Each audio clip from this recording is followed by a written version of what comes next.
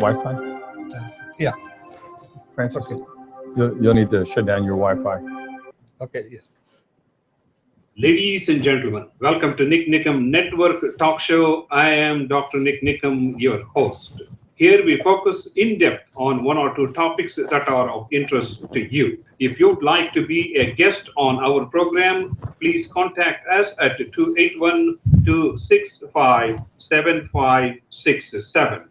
If you want to advertise or promote your products and services on NIK NIKAM Network Talk Show, please contact us at 281-265-7567. We are coming to you live on 1050 AM KCHN, Houston, Texas. You also can listen to us on kchnradio.com. I am Dr. NIK NIKAM, your host, and we will be right back after these messages from our sponsors. Good evening, ladies and gentlemen. Welcome to NIK NIKAM Network Talk Show. This is our first all-digital production of NIK NIKAM Network Talk Show. We are coming to you live on radio, and also we are coming to you live on YouTube. If you have an iPhone or a Android cell phones or smart devices, you can download an app, NNN Media, that is NNN Media, and then you'll be able to listen to us. And in the meantime, we have two special guests today. First, I'm going to be talking to the Harris County Sheriff, Adrian Garcia, who is running for mayor of the city of Houston. And during second half of the hour, we're going to change gears and talk about Ayurvedic approach to lifestyle diseases. So stay tuned. We'll be right back after these messages. Ladies and gentlemen, all our talk shows are cataloged on YouTube under the blog All India Radio Houston. So please visit YouTube and look for our blog All India Radio Houston. There you can watch the previous interviews and other interesting clips. We have more than 300 videos covering various aspects of Indian experience here in Houston and from around the world. So please visit YouTube and subscribe to All India Radio Houston page so we can keep you updated as to the latest additions to our video blog. Okay, ladies and gentlemen, we are back. I am Dr. NIK NIKAM, your host. You are listening to NIK NIKAM Network Talk Show, which is coming to you live on YouTube. And my special guest is former police officer, city council, Houston City Council member, and Harris County Sheriff, Adrian Garcia. Mr. Garcia, welcome to NIK NIKAM Network Talk Show. Thank you. Namaste. We are delighted to have you. And you're also a Democrat. I can say that? Yes, sir. Okay. I just want to clarify because, sometimes. Okay. Give us a little bit about your background before we go further with the election stuff. I am a proud native Houstonian. Yeah. I grew up in this great city, was born and raised here by a beautiful family that made Houston its home back in 1959. Yeah. I served as a Houston police officer for 23 years, also serving as the director of the city's anti-gang office. Yeah. And then I sought elected office, and I was elected to Houston City Council. Yeah. To represent District H. But while I was on City Council, I was also the chair of the city's Public Safety and Homeland Security Committee. And I was also the chair of the Minority Women Business Enterprise Committee, the vice chair of the Fiscal Affairs Committee, and vice chair to the Flooding and Drainage Committee. And then I was also Mayor Bill White's Mayor Pro Tem. Mm-hmm. And then I asked you for your permission once again to serve you as your sheriff. I was elected in 2008. Yeah. And re-elected in 2012. Congratulations. And I know you're running for the city of Houston mayor position. That's correct. What do you think are the most compelling challenges that the city of Houston is facing? And if you're elected as the mayor, how do you plan to address these? And really, not when I mean plan to address, really solve these problems. Yes, yes.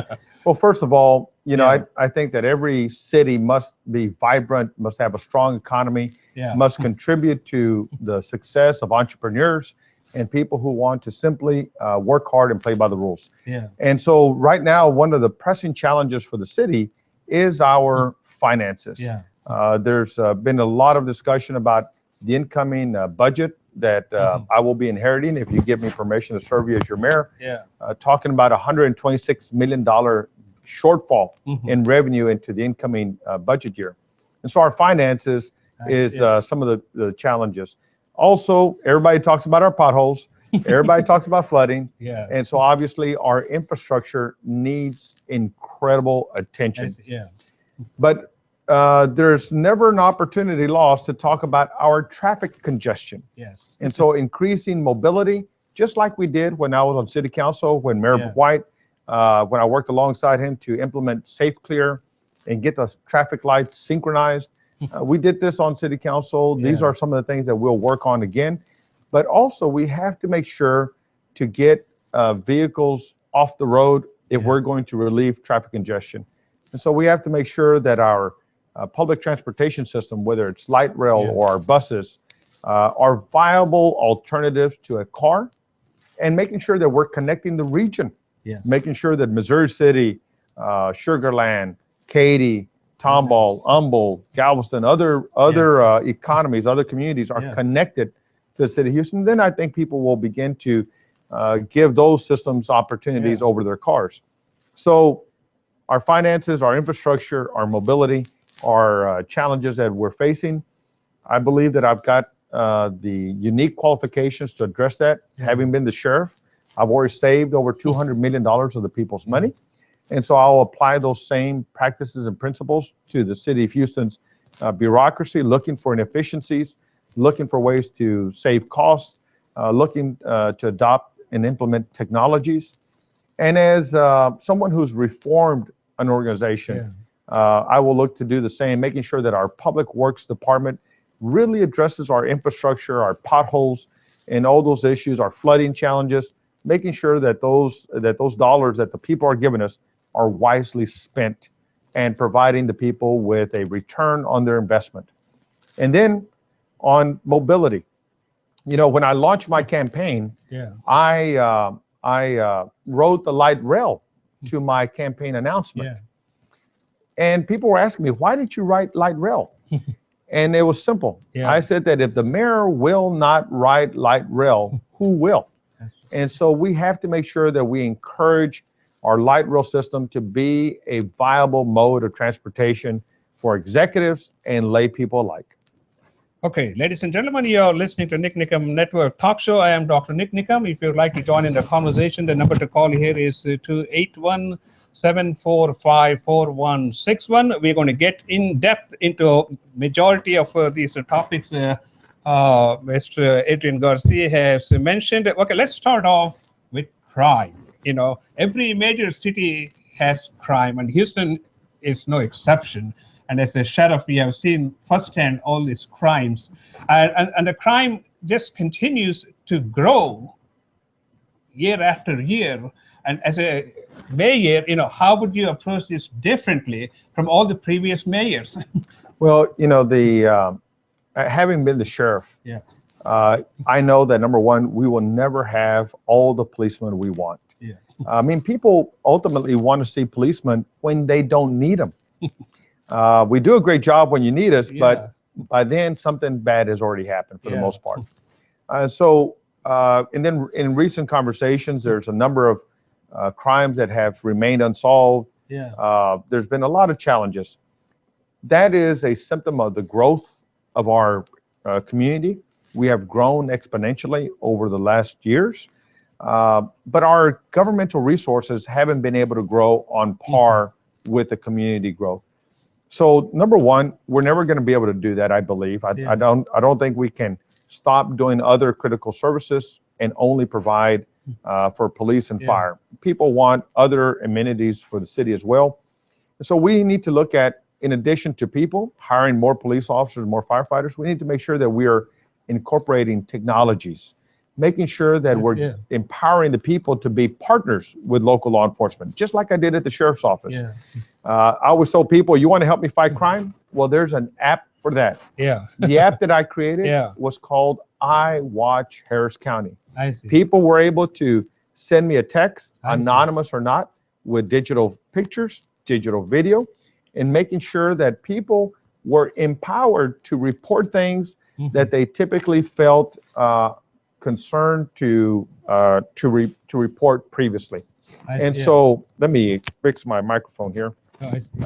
But it was important that we make sure to support the people who want to participate and be involved with local law enforcement. And so the other thing too is that we want to make sure that our officers have the proper technology, the proper training. And when I was on city council as a chair of the Public Safety Committee, I pushed for what is now known as the Houston Police Department's Real-Time Crime Center. I see, yeah. So that our police officers could be driven towards where crime is occurring, attack it before it turns into a widespread problem. And as a result, Nick, Houston has seen some of the lowest crime rates in 20 years. But still, we have to continue to push for greater progress and success in that regard. So we will continue to be innovative, apply new technologies. But I think that one of the key resources is to find better ways for every citizen to be involved with us to keep the community safe. Yeah, Sheriff Garcia, one of the new things that we have seen is some of these crimes are happening in certain ethnic communities. What kind of advice do you have to fight these kind of things? Well, first of all, I think through effective outreach to the various ethnic communities, I think it helps to create confidence that people believe that their police department really wants to serve them, really wants to protect them, and really wants to catch the people doing these things. I've had experience with this because, you know, the Hispanic community was fit that profile a great deal early on, still does. And we hired Hispanic and bilingual officers to help engage the community. We need to do the same thing as Houston becomes much more diverse, encouraging people from the Indian community, encouraging people from the Sikh community, just like I did at the sheriff's office. Today, we have the first full Sikh policing the streets of Harris County in the name of Sandeep Dhaliwal. I see. He's wearing his turban, he's wearing his beard, because I went to his gurdwara and said, I need your children to consider a career in public service. He heard me, his father supported him, and today he's wearing a uniform of the sheriff's office. That's fascinating. But because I supported the idea of being a Sikh, he's now able to be identified as such. And so when you create that confidence and that support and that identity, the community comes forward much more willing to report things that are happening in the community. Ladies and gentlemen, you are listening to NIK NIKAM Network Talk Show. I am Dr. NIK NIKAM, and my special guest is Harris County Sheriff Adrian Garcia, running for mayor of the great city of Houston, the fourth largest city in the United States of America. If you would like to join in the conversation, the number to call here is 281-745-4161. Okay, let's move along. Infrastructure. I came to Houston in 1980. I was greeted by the potholes, and even today, driving on 59, you know, we have the same experience. I don't know if it's the job of the mayor to fix these potholes, but nonetheless, it's one of the main topics of discussion in debates and all these things. So maybe you might as well address this before we move to more pressing questions. Well, our infrastructure is a pressing issue. Potholes. People don't want to come to a great city. The fourth largest city in America, where we have NASA, where we have the Port of Houston, where we have the medical center, where we have this rich cultural diversity, only to find that you can't drive down the street without damaging your wheels.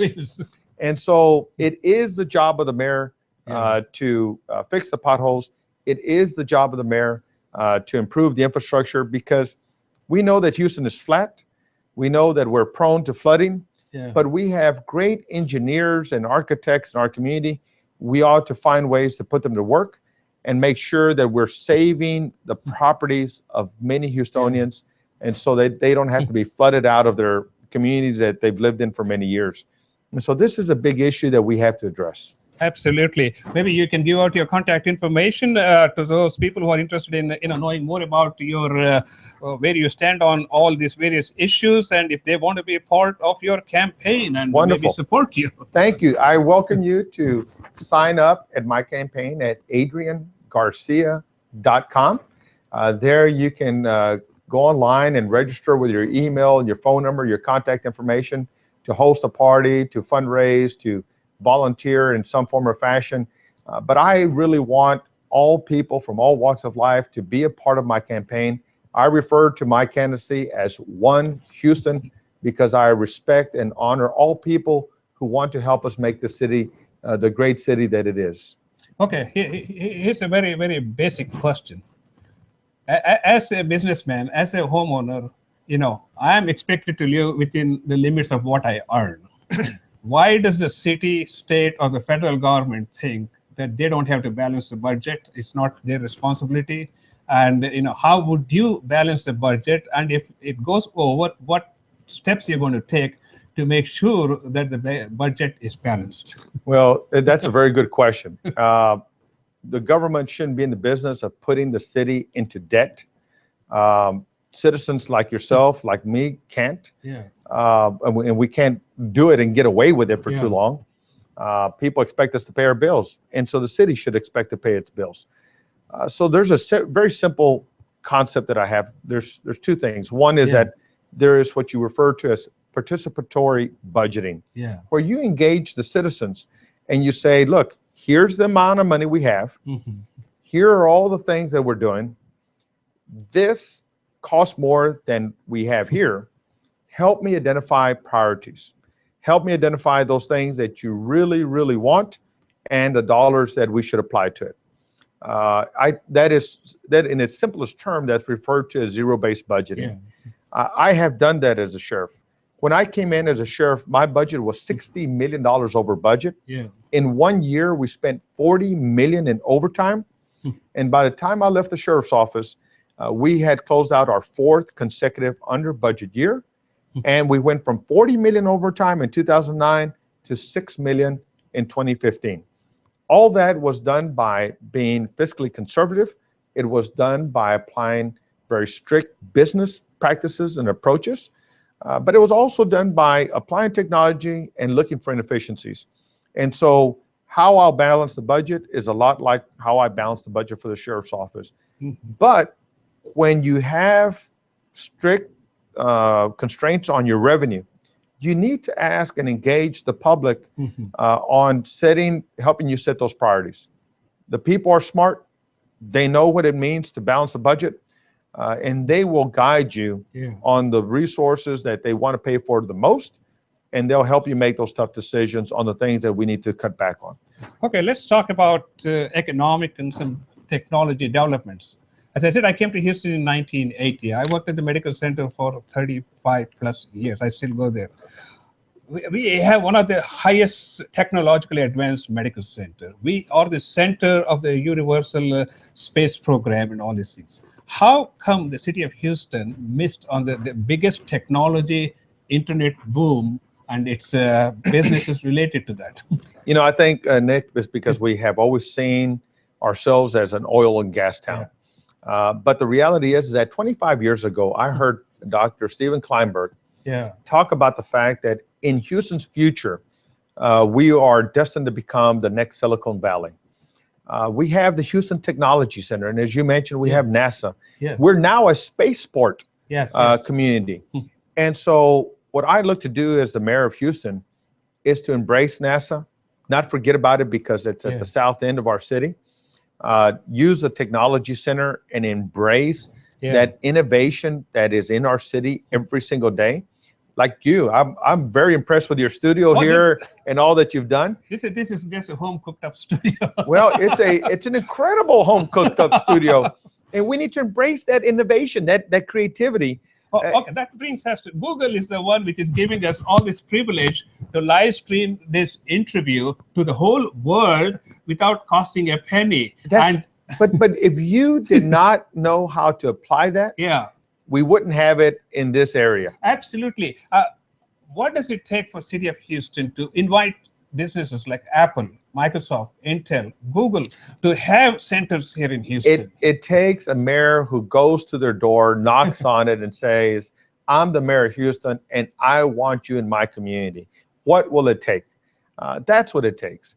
And but at the same time, we have to be able to demonstrate that we're not just saying, "Come and you do everything." We have to leverage the resources that we have. NASA is creating incredible technology that is ready for mainstream application, for private sector and public sector application. Why we're not knocking on their door, sitting in the rooms, or they're sitting in our offices, looking at how we can develop their, apply their technology for flood mitigation, as an example, for traffic decongestion, as an example. They have that available. We ought to be having those conversations today. As your mayor, you give me that permission, that's what I'll be spending part of my time on. That's what I would like to see. You know, as I said, we are leading in medicine, we are leading in space technology, and for 40 years, you know, the whole world has turned into a global village, and we are not part of it. Yeah, we've made steps in the right direction. Yeah. But I don't want to take baby steps. I think it's time for us to take giant leaps. Yeah. Otherwise, we are going to be left out completely, and I don't want to see that happen. Oh, you just mentioned about Houston being the energy center, but nonetheless, Obama is putting solar panels on White House. What are your thoughts on solar energy? And that's cutting down on pollution and at the same time reducing the dependency on other sources. You know, I think we have to be open-minded to all forms of renewable and sustainable energies and technologies. You know, when I was on city council, I was looking to cover our city buildings, rooftops, with green tops to reduce the hot spots around the city. I was a little ahead of my time in that regard, but these are ideas that we have to push forward, and making sure that where we can, we ought to lead by example. If we're asking private citizens to do it, if we're asking businesses to do it, the city ought to be looking for opportunities to explore and test it and lead by example. So these are some of the things that I think you're right on point. We're the energy capital of the world. We shouldn't just be the oil and the gas energy capital of the world. We should look to diversify our technologies and our forms of energy. So would you be in favor of giving subsidies for developing solar energy in the city of Houston? You know, if it's practical, we ought to look at it. I mean, I think the most important answer is the mind must remain open. Yes. We can't say no just because we haven't done it. We have to make sure that our mind stays open in order to seize opportunities that may be before us, and see how they can create a benefit for our community. Okay, let's switch gears and talk about cultural diversity. I mean, Houston is the 4th largest city in the United States and probably the most culturally diverse city from what I can see, because I've been here almost 35 plus years.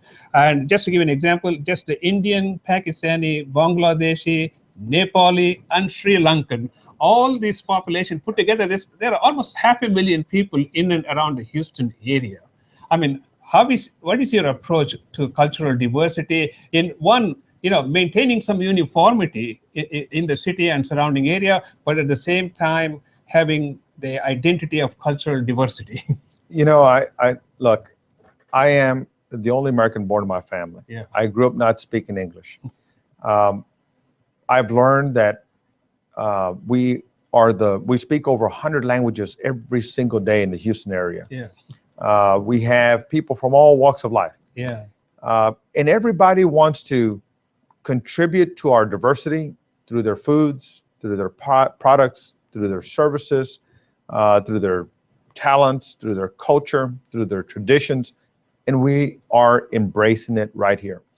But by the same token, if someone is trying to open an Indian restaurant, they're trying to open up a yoga center, then the permitting process of the city ought to work well for them. I see. Yeah. They ought to be able to open their doors as quickly as possible so they can start their business model and contribute to our economy. And so sometimes I feel that we push back on certain business models because we don't understand them. Yeah. And so I want to make sure that we have diversity in all levels of city government. Yeah. So that if someone is trying to open up a yoga center or a restaurant, that it isn't put through unnecessary challenges and obstacles just because some bureaucrat may not be familiar. May not understand. Exactly, Yeah. may not understand it. And so I have always been about diversity. As I mentioned earlier, I'm proud that part of my legacy as a sheriff is to have the first full practicing Sikh patrolling the streets of Harris County. He was just in the 4th of July parade in Washington, D.C., being honored as an American, serving alongside other military and law enforcement officials in other parts of the country. But Harris County, Texas was represented in that regard.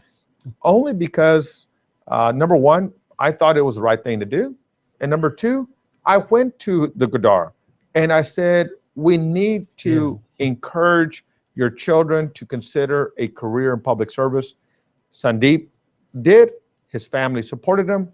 He stepped forward. He has been an incredible public servant leader. And that's what it takes. The leadership of the city must be not just speaking to the community, but must be inviting the community to become part of our infrastructure and our bureaucracy and our services. While we're on the topic of cultural diversity, also how can minorities like the Indian, Pakistani, Bangladeshi, Sri Lankan, Nepali have the same access to the city of Houston and also the contracts and business opportunities? You know, as the former council member and the former chair of the Minority Women Business Enterprise Committee, it was my job, and I was considered the champion of minority-owned businesses. Today, I'm even still considered the greatest champion that they had, because I fought every single day to make sure that any entrepreneur, no matter their ethnic background, was receiving fair and equal opportunity and access to city government contracts and services. I did this as a sheriff. The sheriff's office did not have a minority business program when I came in. I brought what I learned from City Hall, I applied it to the sheriff's office, and we went from my first year of 100,000 in services to minority-owned businesses to 8 million when I last served. And so this is in a system that wasn't attuned or thoughtful about this. It's real for me because, as I said, I think that people are coming to Houston every single day with their dreams, with their ideas, with their visions. All they want to do is work hard and contribute to our success, but be successful as well. But no one is going to be able to do that unless they have opportunity to participate. And my commitment is to make sure we do. Ladies and gentlemen, you are listening to NIK NIKAM Network Talk Show. I'm Dr. NIK NIKAM, and then my special guest is Harris County Sheriff Adrian Garcia, who is running for mayor of a city of Great Houston, the fourth largest city in the United States of America. And ever since I came to Texas, one word that has been reverberating in my years, day and night, is immigration. Oh, yeah. And the topic of immigration has exploded like a volcano in the last couple of weeks, so to say. Well, without getting to why it has exploded, what is your approach to a comprehensive immigration reform? You know, first of all, dealing with immigration issues and challenges is not new to me. I was dealing with that as a Houston police officer. As one of the few bilingual officers on the force at the time, I was proactive in engaging the community and trying to get them to come out of the shadows. And so I was encouraging them to use mainstream banking systems so that they would be less victimized by predators out in the community. And then when I became a city council member, there was a lot of conversation about targeting the immigrant communities, especially the Hispanic community, but really anybody who had an accent by over-aggressive Customs and Border Patrol officials, immigration officials, and by some local law enforcement officials, simply because of a overt reaction to the attacks of 9/11. And yes, there were people who did great harm to our country back then. But not all people who resemble them are bad people, nor were they responsible. But everybody kind of got thrown into the mix here. And so it created a chain of events. But my simple approach as a sheriff has been that comprehensive immigration reform is good. It's good for the economy. It's good for public safety. It pulls people out of the shadows so that they can work and contribute to the economy. It pulls them out of the shadows so that they can become registered in a process to determine their eligibility to become members of this community. It pulls them out of the shadows to give them confidence that if they see a crime, if they know of something bad about to happen, that they feel strong enough and confident that they can share that information with local law enforcement and that their immigration status won't become more concerning than the information that they have. Ladies and gentlemen, we are talking about Harris County Sheriff Adrian Garcia running for City of Mayor of Houston. We got a couple of more minutes, and let's wrap up with a couple of more questions. And one question is, and being a doctor, I was not going to talk about healthcare, but I want to get your opinion as to, before the Affordable Health Care Act, there was 30% uninsured population in Houston, and the number is the same today. And how would you address this, such a huge disparity in a city that is so large and so affluent?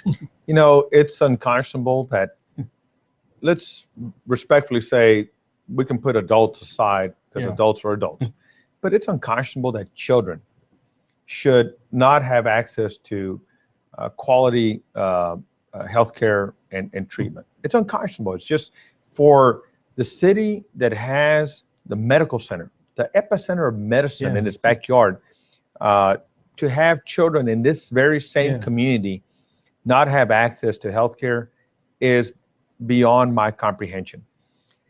It is unfortunate that our state government does not appreciate the resources that the Affordable Care Act can bring to our economy.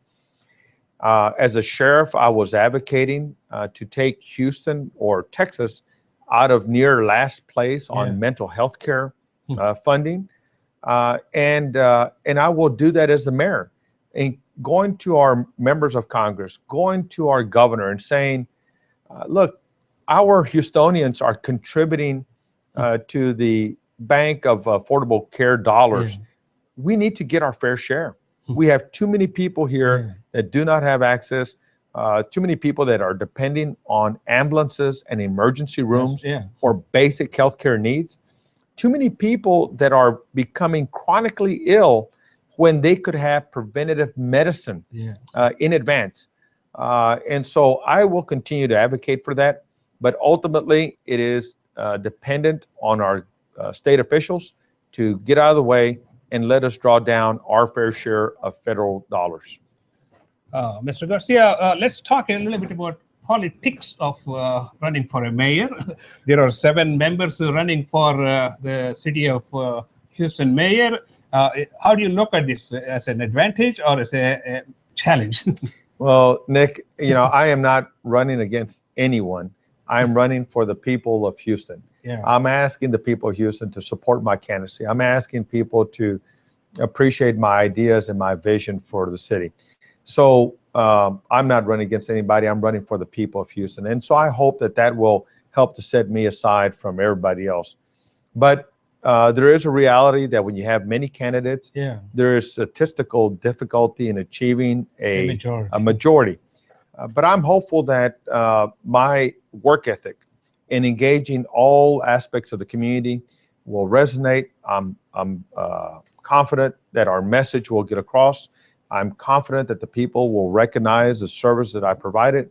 And I'm confident that at the end of the day, people will say, this is the leadership that we want for our city. And so, yes, there's a lot of people in this race, but I am the one that's running for the citizens of Houston, and I'm hopeful that that will help me gain the majority that I need to win. Well, maybe you can summarize and tell us, as why you would like to be the mayor of Houston and why people should vote for you. Thank you. I'm Adrian Garcia, and I am a proud native product of this great city. Born and raised here, growing up, not speaking English, being the only American born in my family. My family came from Mexico City and made Houston its home in 1959. And this city embraced my family and I. It gave me the opportunity and the courage and the willingness to serve you as a Houston police officer for 23 years. It gave me the opportunity to serve you as a director of the city's anti-gang office. It gave me the opportunity to serve you as an elected official on Houston City Council, being the chair of the Public Safety Committee, being the chair of the Minority Women Business Enterprise Committee, being the mayor pro tem to Mayor Bill White. And then this community also gave me the privilege to serve you as your sheriff, becoming the top vote getter in the history of Harris County in 2008 and in 2012. Serving all segments of this community, dealing with problems and simply rolling up my sleeve to address the issues and concerns that I was hearing from each and every one of you. I have done that. I have experience in leading and managing and reforming a major organization with nearly 5,000 employees and an operating budget of nearly $500 million. And managing and leading and reforming well while keeping you and your family safe. At the same time, during the course of my administration, saving you over $200 million of your money. And I think today, citizens feel that our city is a little divided. I want to bring people back together. And that's why the theme of my campaign is simply One Houston, making sure that no community is left forgotten, that everyone is benefiting from the growth and the prosperity of our city, that no neighborhood feels like it stood still in time, making sure that we're addressing the needs of our infrastructure, fixing those potholes, encouraging people to be able to bike safely to and from work, making sure that our mass transit system is something that people can depend on and leave their cars parked a little longer and use our mass transit system to work, shop, and play. Making sure that people have access to beautiful parks and green space. You know that Houston has 1 in 4 Houstonians that are foreign born. And to me, that means that people are accustomed to walking, biking, and a viable mass transit system. And so these are things that we have to bring to our city. I'm Adrian Garcia. I want to serve you, and I'm asking for your permission to serve you as mayor of Houston. Mr. Garcia, it's been a pleasure talking to you, and I want to give you 2 books I have written here, and one is Heart Healthy Lifestyle, which is the book I have written about heart. Thank you. Stressless mind. I shouldn't be talking about stressless mind. I'll need this for my campaign. Thank you. It's been a pleasure, and wish you Namaste. all the Thank you. Good luck. Thank Ladies you. and gentlemen, we'll be right back after these messages.